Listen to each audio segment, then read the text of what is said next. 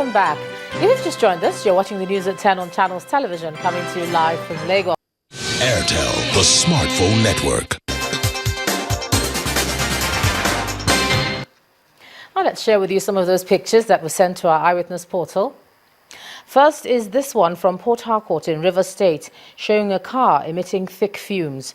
Our eyewitness reporter wants men of the Federal Road Safety Corps to impound vehicles that are not roadworthy. Next is this one from Owerri in Imo State, showing a building on fire. Our eyewitness reporter is asking residents to be more cautious when handling inflammable objects.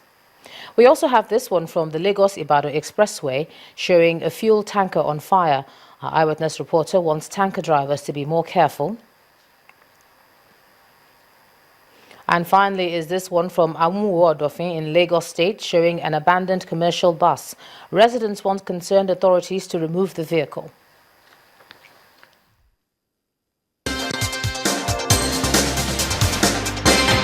Airtel, the smartphone network. Thanks a lot for sending in all your pictures, and we do ask you to please send us more. Now let's take another look at our lead story and on how it all played out at the Apex Court today, where the court affirmed the victory of Mr. Nyesom Wike, Ibikunle Amosun and Dave Umahi as governors of Rivers, Ogun and Ebonyi states respectively in the 2015 governorship election.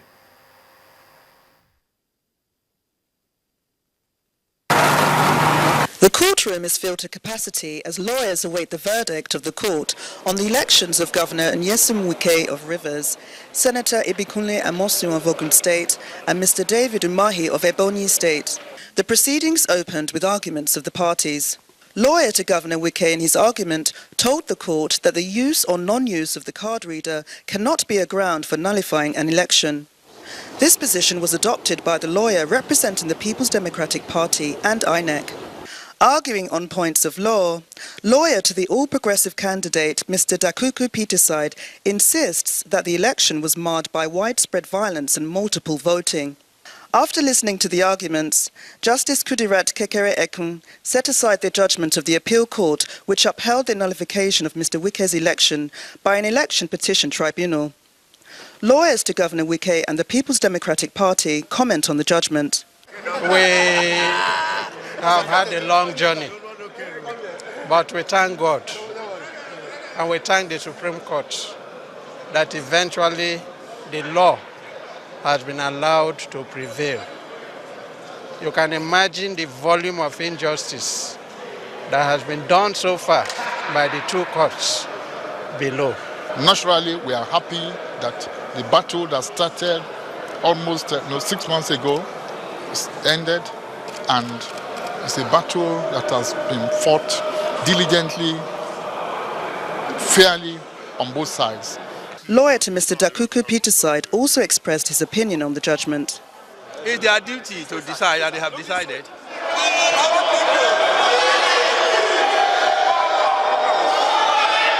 Governor Nyesom Wike had approached the Apex Court with 20 grounds of appeal, arguing that the election petition tribunal relied on hearsay and inadmissible evidence to arrive at its judgment, nullifying his election. The Supreme Court also affirmed the election of Senator Ibikunle Amosun as the duly elected governor of Ogun State on the ground that the appeal filed by Mr. Adigboyega Isiaka lacks merit. Lawyer to Senator Amosun applauds the verdict of the Apex Court. The judgment in respect of Ogun has given a very decent barrier to the petition filed by Isiaka, and I hope that all hands will be on deck now to move that state or join the governor to move the state forward. In another judgment, the Apex Court dismissed the appeal filed by the Labour Party governorship candidate, Mr. Edward Nkwegu, challenging the election of Mr. David Umahi as the governor of Ebonyi State. The Apex Court has, however, fixed the 12th of February 2016 to give reasons for affirming the elections of governors Nyesom Wike, Ibikunle Amosun and David Umahi. Well, we have more from Abuja. Here's Yemisi Ikbae. Yemisi?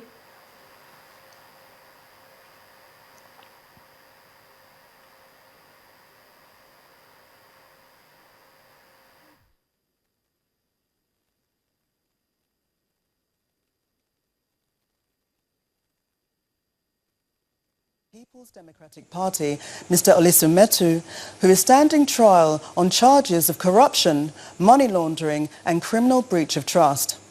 Justice Okon Abang reviewed his earlier order that the accused person should provide 2 sureties who must be property owners in the Maitama area of Abuja. He, however, retained the bail bond of 400 million naira, which he had earlier ordered. Our correspondent, Amaka Okafor, has a report. It's day 3 of the trial of the National Publicity Secretary of the People's Democratic Party, Mr. Olisa Metu. But before the resumption of proceedings, lawyer to Mr. Metu asked the court to vary his bail conditions. The lawyer, Mr. Emeka Etiaba, complained that the bail conditions are too stringent and cannot be met by his client. He told the court that his client had friends and relations living in other parts of the Federal Capital Territory. As such, the court should vary the bail conditions to accommodate other parts of the nation's capital. The prosecutor, who did not file a counter affidavit, however, asked the court to remove him from the verification process of the bail conditions. In his ruling, Justice Okon Abang granted Mr. Metu's request. He, however, declined the request of the prosecution. A request by counsel to Mr. Metu for an adjournment was declined by the court, and then a 4th witness was called to testify for the prosecution.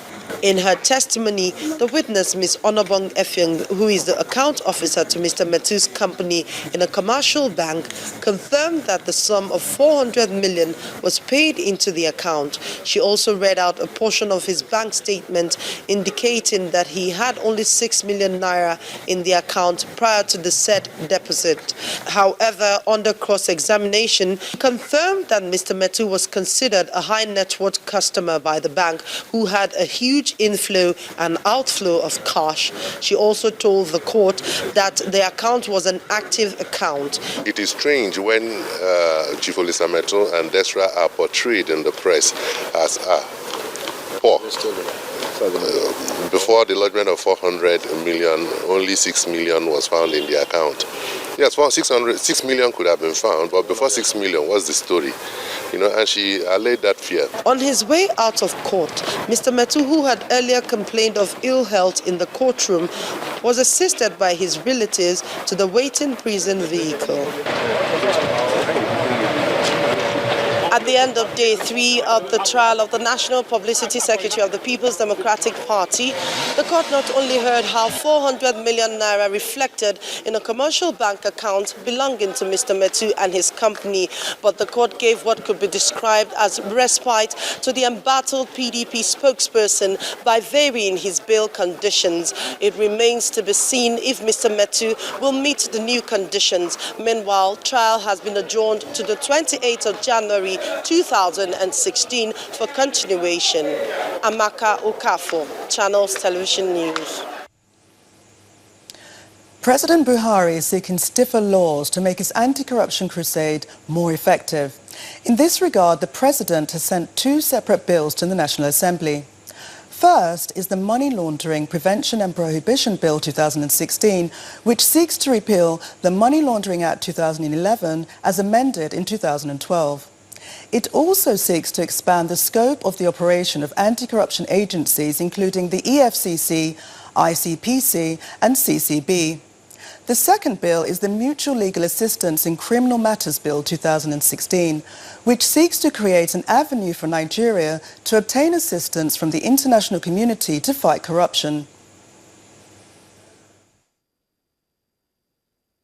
I hereby introduce for formal consideration and enactment into law by the distinguished senators of the Federal Republic of Nigeria the Money Laundering Prevention and Prohibition Bill 2016 and the Mutual Legal Assistance in Criminal Matters Bill 2016. 1. The Money Laundering Prevention and Prohibition Bill 2016.